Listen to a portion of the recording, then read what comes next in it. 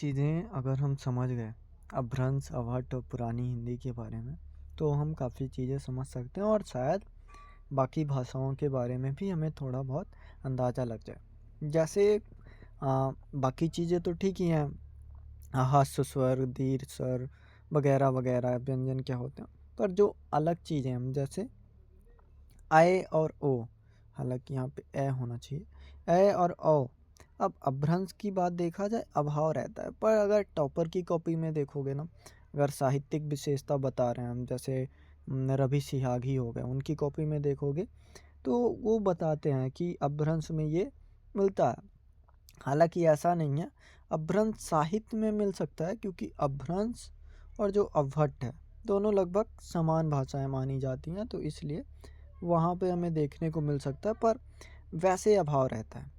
दूसरी बात, अगर अवहट्ठ में देखो तो उच्चारण रूप में मिलता है, मतलब है तो ये लिखा हुआ है, पर उच्चारण रूप में जैसे इसको आई पढ़ेंगे या फिर इसको औ पढ़ेंगे, जैसे जिम नग्गौ, तो ये चीज़ें हमें उच्चारण रूप में देखने को मिलती हैं। लेकिन अगर पुरानी हिंदी में पढ़ेंगे तो प्रयोग प्रारंभ, जैसे मौर या फिर चखाए, तो ये चीज़ हमें समझ आ रही है कि एक टाइम पीरियड जैसे जैसे बढ़ रहा है, भाषा कठिन से सरल की ओर जाती हुई दिख रही है। तो ये चीज़ हम थोड़ा ध्यान रखेंगे कि कहाँ से क्या बढ़ रहा है। तो अगर एक माइंडसेट भी बना के रखा कि कौन कब की भाषा है, तो हम आराम से समझ सकते हैं कि हाँ ऐसी चीज़ें हैं।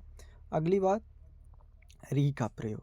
अब री का प्रयोग आ ई उ ए के रूप में देखने को मिलता है, या फिर री, जो ऐसी री होती है ना, इसके रूप में भी देखने को मिलता है, जैसे कृष्ण का कर्ण या फिर किशन का कृष्ण, वैसी चीज़ें हमें देखने को मिलती है। पर अब भाषा आगे बढ़ेगी तो ये चीज़ आ ई उ ए के रूप में अगर री का प्रयोग मिल रहा है, मतलब भाषा सरल ही हो रही है, तो उस हिसाब से अगर देखें तो प्रवृत्ति का विकास होगा और यही विकास आगे जाके बढ़ेगा।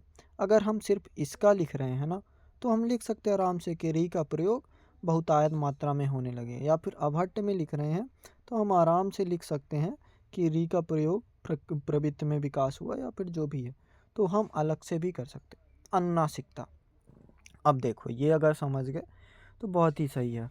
जैसे 3 प्रकार की अनुनासिकता होती है, स्वर के आधार पर, कि स्वर के आधार पर आगे, मतलब आगे लग गई तो अनुनासिकता हो गई, एक तो ये हुआ। दूसरा, अकारण अनुनासिकता। अकारण मतलब कोई कारण नहीं है, जैसे देखो बास हो गया, ठीक है, यहाँ पे ज़रूरत नहीं थी, फिर भी अगर हम लगा रहे हैं तो अकारण अनुनासिकता उसको माना जाता है। और यही चल के कुछ चीज़ें जो हैं उनमें अकारण अनुनासिकता अभी भी है। और एक है निरुनासिकता, मतलब ज़रूरत है फिर भी हटा दी है अनुनासिकता को। तो एक दो एग्जाम्पल अगर आप दिमाग में रख रहे हो, तो अपभ्रंश अगर आ भी रहा है तो आप आराम से बता सकते हो 3 प्रकार की दिखती है, एक अनुनासिकता, एक अकारण अनुनासिकता, एक निरुनासिकता। तो ये चीज़ है। अब देखो, भाषा कठिन से सरल होती है, तो ये बताओ 3 चीज़ें हों या फिर एक हो, तो ज़्यादा सरल क्या है, एक होना सरल है। तो उसलिए हालांकि यहाँ पे अभाव ही रहता है, पर अकारण जो अनुनासिकता होती है ये आ जाती है, तो अकारण अनुनासिकता यहाँ पे आई। जैसे मानो 20 है, ठीक, अब 20 में अगर हम यूज कर लें ऐसे, ये जो बिंदी टाइप है, तो वो समझ आता है कि ज़रूरत नहीं थी, फिर भी उसके यूज किया जा रहा है। और अनुनासिकीकरण उपस्थित है, मतलब अभी अकारण था, लेकिन यहाँ पे कुछ कारणों के बाद अनुनासिकता कई कारणों से भी लगती है। जैसे एक, अगर रेफ को हटाएं तो वहाँ पे उकार बहुलता हो जाती है वगैरह वगैरह, या फिर संयुक्त वचन हटाएं, क्या बोलते हैं, संयुक्त व्यंजन हटाया जाए तो भी वहाँ पे देखने को मिलता है, या फिर स्वर भक्ति करने चाहें तो भी वहाँ देखने को कुछ आधार पे मिल सकता है। तो यहाँ पे उपस्थित है, पर मूलतः जो अकारण अनुनासिकता, इसको हमें ध्यान रखना है। बाकी चीज़ें हम समझ ही रहे हैं कि उपस्थित है तो क्या ही दिक्कत है। तो ये चीज़ें हैं। आगे स्वर भक्ति।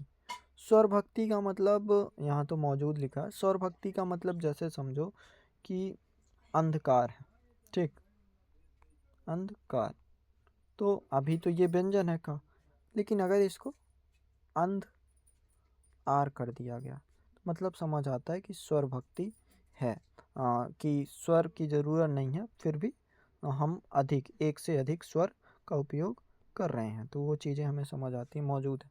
यहाँ पे क्या है, अधिक मात्रा में, और यहाँ उससे भी अधिक, मतलब भाषा सरल से कठिन से सरल की ओर जाती है, तो वो समझ आ रहा है कि हाँ, ये चीज़ें देखने को मिल रही हैं। स्वर संयोग, तो स्वर संयोग भी काफ़ी मात्रा में हमें देखने को मिलते हैं कि हाँ, दो चीज़ें जोड़ के वो बनाया जाता है, या स्वरगुच्छ उनको बोल लो, तो स्वरगुच्छ का प्रयोग जो कठिन बनाता है, और यहाँ पे भी वैसा और अधिक और अधिक। स्वरलोप, अभी तो हमने देखा स्वर भक्ति, अब अगर स्वरलोप की बात की जाए, मतलब ज़रूरत थी फिर भी हमने, जैसे आ हो गया तो उसको गायब कर दिया, जैसे खड़ी बोली टाइप में, ये तो पुरानी हिंदी है, खड़ी बोली में आगे आपको देखने को मिलेगा कि वहाँ पे उच्चारण लाघव किया जाता है, और उच्चारण लाघव का ही छोटा रूप स्वरलोप है। तो अंत्य स्वर में लुप्त होने की प्रवृत्ति, जो लास्ट का स्वर है, जैसे मान लो जगत लिखा है, जगत, तो ये जो है हलंत, तो ये लुप्त कर देते हैं, या तो ये चीज़ें हमें समझ आती हैं कि हाँ, ऐसे ऐसे किया जा सकता है, ऐसे ऐसे चीज़ें हैं।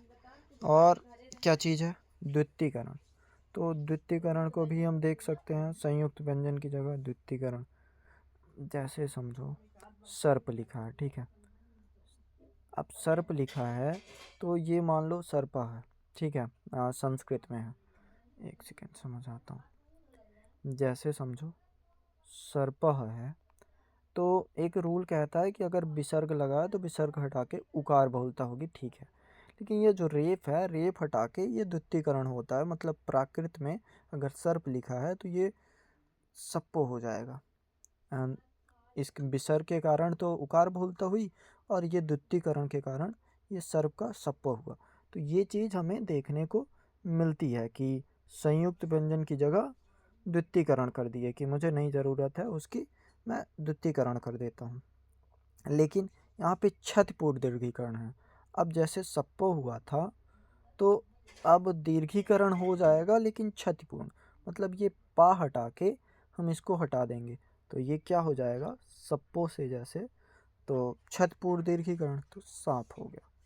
अब देखो, सांप हुआ, अब यही रूल लग के, अकारण अनुनासिकता का रूल लग के ये सांप हुआ। अब सोच के देखो, ये ज़रूरत तो थी नहीं इस अनुस्वार की, अनुनासिकता की, तो इसलिए वो अकारण अनुनासिकता यहाँ से आई, तो इसको हम साथ में समझ गए। यहाँ पे किया हुआ छतपूर्ण दीर्घीकरण का विकास हुआ, मतलब ये जो क्रम चल रहा था वो बढ़ता ही चला गया, मतलब अभी कुछ शब्दों के लिए था, अब लगभग होने लगा पूरी तरह से, तो ये भी हम समझ गए। व्यंजन का प्रयोग, तो व्यंजन मूलतः पूरे थे 32 के 32, बस क्या अभाव था, ढ ढ न स अंगा और इयाँ, इनका अभाव दिखता है। लेकिन अगर आप उनकी कॉपी देखोगे, रवि सिहाग 2019-20 की कॉपी, तो वो लिखते हैं ढा और ड़ा का विकास हुआ, ऐसा लिखते हैं। अब साहित्य के आधार पर विकास, क्योंकि अगर अवहट्ट और अपभ्रंश के साहित्य में देखो तो ज़्यादा अंतर आपको मिलेगा नहीं, कुछ अपभ्रंश की रचनाएं आपको अवहट्ट दिख सकती हैं, कुछ अवहट्ट की रचनाएं अपभ्रंश दिख सकती हैं, जैसे विद्यापति का ही मानना है देसिल बैणा सब जन मिठा, तो ये तय तैसन जंप्यो अवहट्टा, तो कुछ विद्वान कहते हैं ये अभट्ट बोल तो रहे हैं पर ये अपभ्रंश के बारे में बोल रहे हैं, तो ये भी हमें समझ आया कि हाँ, ठीक है, अड़ा अड़ा अगर व्याकरणिक या भाषिक रूप में आया तो हम लिख लेंगे कि यहाँ पे अभाव था, लेकिन अगर अवहट्ट में आ रहा है तो अड़ा अड़ा का विकास, लेकिन अगर आपको साहित्यिक रूप में लिखना है तो फिर आप भी कर सकते हो, अगर टॉपर ने किया है तो आप भी कर सकते हो कि अड़ा अड़ा का विकास साहित्यिक रूप में यहीं से हो गया, फिर जाके हिंदी में योगदान दे रहा है, तो आप भी कर सकते हो। पर अगर नहीं करना है, बिल्कुल सटीक रहना है, तो आप मत करना। यहाँ पे जैसे ये सारी चीज़ें तो नहीं थी, पर सा का अभाव, केवल सा तत्सम, मतलब केवल ये जो सा है तालब्य ये था, बाकी जो नहीं, केवल ये जो दंत सा है ये था, बाकी तालब्य और मूर्धन्य ये दोनों सा का अभाव था, तो ये चीज़ भी समझ आती कि हाँ, क्यों अभाव नहीं होगा? जैसे संस्कृत में अगर देखा जाए तो संस्कृत में श भी है, श भी है और सा भी है, तीनों सा है। लेकिन भाषा कठिन से सरल की ओर जाती है तो वहाँ पे इन दोनों का अभाव रहता है, केवल ये मिलते हैं। तो ये भी समझ आता है, यहाँ तो था ही नहीं।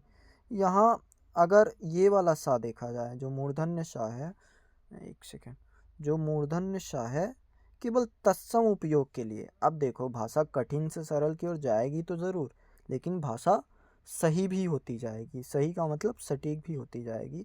उच्चारण के आधार पर, जैसे उच्चारण में विकास हो रहा है ना, तो उच्चारण के आधार पर सटीक भी होती जाएगी। तो ये वाला जो मूर्धन्य श है, ये तत्सम रूप में प्रयोग किए जाने लगे। कुछ जो चीज़ें आती थी तो उनमें उपयोग था, बाकी अभाव था। ऐसा नहीं है कि अगर खड़ी बोली में जाएंगे तब जाके कुछ विकास होगा, या फिर मानक हिंदी तक पहुँचेंगे तब विकास होगा सही तरह से।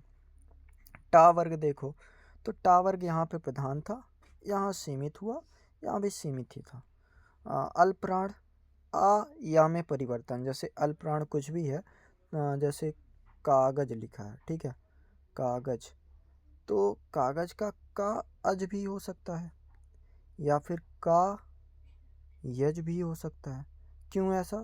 जैसे आ है ना, तो या तो इसको स्वर भक्ति बोल लो, या तो इसको बोल लो अल्पप्राण में आया या में परिवर्तन हुआ। प्रवृत्ति बढ़ी, मतलब ये जो परिवर्तन हो रहा था, प्रवृत्ति बढ़ी। क्यों बढ़ी? अब खुद ही देख लो, स्वर भक्ति अधिक मात्रा में हुए और अधिक हुए, तो वही चीज़ है कि यही तो है स्वर भक्ति, तो प्रवृत्ति बढ़ेगी और अधिक बढ़ेगी इधर। महाप्राण में क्या हुआ? हा में परिवर्तन हुआ। महाप्राण जैसे समझो खा और घा, अगर ये हैं तो इनको हम हा में बदल देंगे। जैसे मुख, तो मुख से बना देंगे मुंह। जैसे एक सेकेंड, जैसे मुख है तो मुख से बना दिया मुंह, तो मतलब हा में परिवर्तन हम करने लगे। या फिर जैसे कथा है, कथा, तो इसको बना दिया हमने कहा, मतलब महाप्राण में हा में परिवर्तन यहाँ पे देखने को आपको मिलेगा। महाप्राण होते हैं सेकंड और फोर्थ, ये होते हैं महाप्राण। तो यहाँ पे हमें ये चीज़ देखने को मिलती है। और ये आगे अवहट में बढ़ी और इधर भी बढ़ी। बस इतना जो है 12 मिनट का अगर आप सुन लो, समझ लो, तो भाषिक और व्याकरणिक रूप में तो आप कमज़ोर नहीं हो। और साहित्यिक रूप में यहाँ पे ज़्यादा रचनाएं नहीं हैं, बस आप 4-5 पेज पढ़ लो साहित्यिक रूप में, तो ये आपका पूरा, मान के चलो 2 प्रश्न तो आने ही हैं, तो 2 प्रश्न आपके आसानी से क्लियर हैं।